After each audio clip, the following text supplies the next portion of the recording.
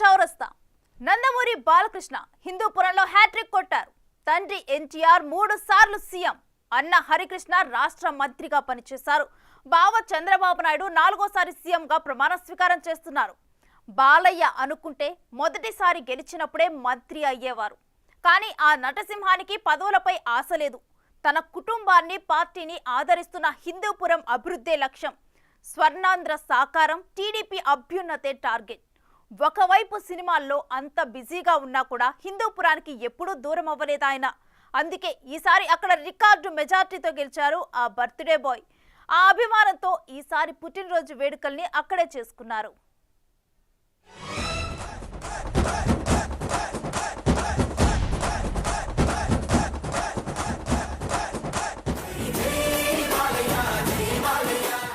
AP ఎన్నికల్లో TDP నుంచి చంద్రబాబు ప్రజాగలం, నారా భువనేశ్వరి నిజం గెలవాలి, లోకేష్ యువగలం, శంకారావం సభలతో ప్రచారాన్ని హోరెత్తించారు. కాస్త ఆలస్యంగా ఎంట్రీ ఇచ్చిన నందమూరి బాలకృష్ణ కూడా రాష్ట్రం మొత్తాన్ని చుట్టేశారు. స్వర్ణాంధ్ర సాకార యాత్ర పేరుతో కూటమి విజయం కోసం రాష్ట్ర వ్యాప్తంగా బస్సు యాత్ర చేశారు. బాలయ్య అన్స్టాపబుల్ ఉన్న క్యాప్షన్ ఉన్న పసుపు బస్సుపై టీడీపీ, బీజేపీ, జనసేన కూటమి లోగోలను నరేంద్ర మోడీ, చంద్రబాబు నాయుడు, పవన్ కళ్యాణ్ ఫోటోలను ముద్రించి రాష్ట్రమంతా తిరిగొచ్చారు.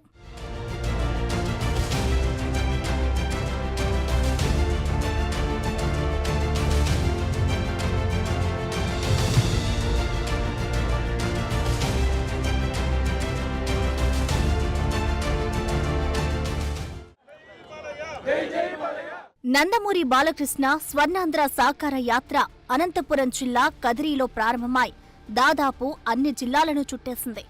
గుడివాడ నియోజకవర్గంలోని తన సొంతూరు నిమ్మకూరులో ఆయన ప్రచారం హైలైట్ గా నిలిచి అక్కడ మాజీ మంత్రి కొడాలి నాని సినిమా కాల్చేసింది. ఒకవైపు బాలయ్య రాష్ట్ర వ్యాప్త పర్యటనలో ఉంటే హిందూపురంలో గెలుపు బాధ్యతలను ఆయన సతీమణి వసుంధర భుజానకెత్తుకున్నారు.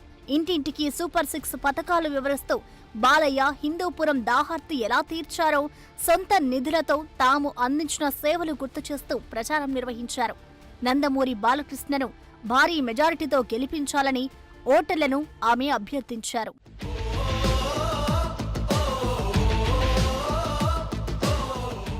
వసుంధర ప్రచారం ఈసారి బాలకృష్ణకు అదనపు బలమైంది. రాష్ట్ర విభజన తర్వాత 2014 ఎన్నికల్లో వస్తున్నా నేనే వస్తున్నా అంటూ ప్రత్యక్ష రాజకీయాల్లోకి ఎంట్రీ ఇచ్చారు బాలయ్య. హిందూపురం నుంచి మొదటిసారి పోటీ చేసిన ఆయన్ని 16,000 మెజారిటీతో నెత్తిన పెట్టుకున్నారు ఓటర్లు. 2019లో టీడీపీ ప్రతికూల పవనాలు వీచిన హిందూపురంలో బాలకృష్ణ మెజారిటీ 18,000కు పెరగడం విశేషం. ఈసారి ఏకంగా 32,597 ఓట్ల మెజారిటీతో విజయకేతనం ఎగురవేశారు. హిందూపురంలో అన్న ఎన్టీఆర్ తర్వాత హ్యాట్రిక్ కొట్టిన ఎమ్మెల్యేగా రికార్డు సృష్టించారు.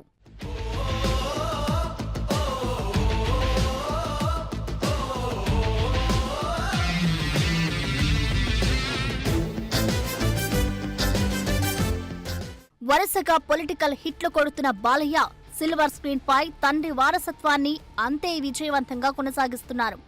బాలకృష్ణ తొడగొడితే థియేటర్లు బద్దలవ్వాల్సిందే. ఆయన డైలాగ్స్, యాక్షన్ సీన్స్ కు పోటీ లేదు. జై బాలయ్య ప్రపంచవ్యాప్తంగా ఉన్న నందమూరి అభిమానుల స్లోగన్. మేనరిజంలోనే కాదు, డైలాగ్ డెలివరీలోనూ బాలకృష్ణ స్టైలే వేరు.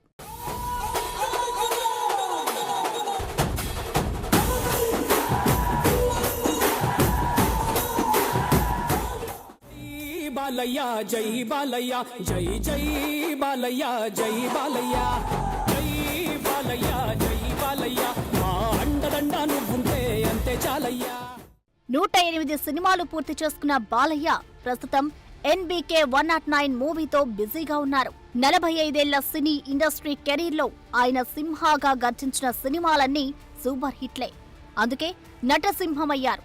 పైసా వసూల్ సినిమాలో మామా ఎక్ పెగ్గులా పాటను పాడి అభిమానులను సింగర్ గా కూడా అలరించిన బాలయ్య తన సూపర్ హిట్ మూవీ ఆదిత్య 369 కి సీక్వెల్ గా తీయనున్న ఆదిత్య 999 మూవీతో డైరెక్టర్ గా కూడా కొత్త అవతారమెత్తబోతున్నారు. రాజసంని ఇంటి పేరు, పౌరుషంని పొంది తీరు, నిన్ను తలుచుకున్న వారు లేచి నించొని మొక్కుతారు. అచ్చ తెలుగు పౌరుషాల రూపం నువ్వు నువ్వయ్యా అలనాటి మేటి రాయలోరి తేజం నువ్వయ్యా మా తెల్లవారే పొద్దు నువ్వై పుట్టినావయ్యా మా మంచి చెడ్డల్లోన జత కట్టినావయ్యా జన్మ బంధు అంటూ నీకు జై కొట్టినామయ్యా. సినిమాల్లో ఎన్టీఆర్ ని మరిపిస్తున్న ఆయన పాలిటిక్స్ లో బావమాట బంగారు బాట అంటూ చంద్రబాబుని ఫాలో అయిపోతున్నారు.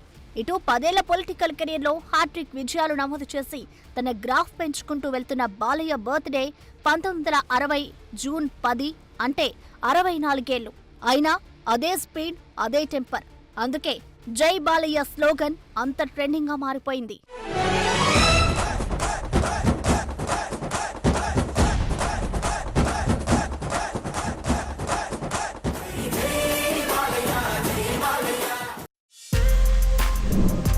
For more videos like this, subscribe Big TV channel.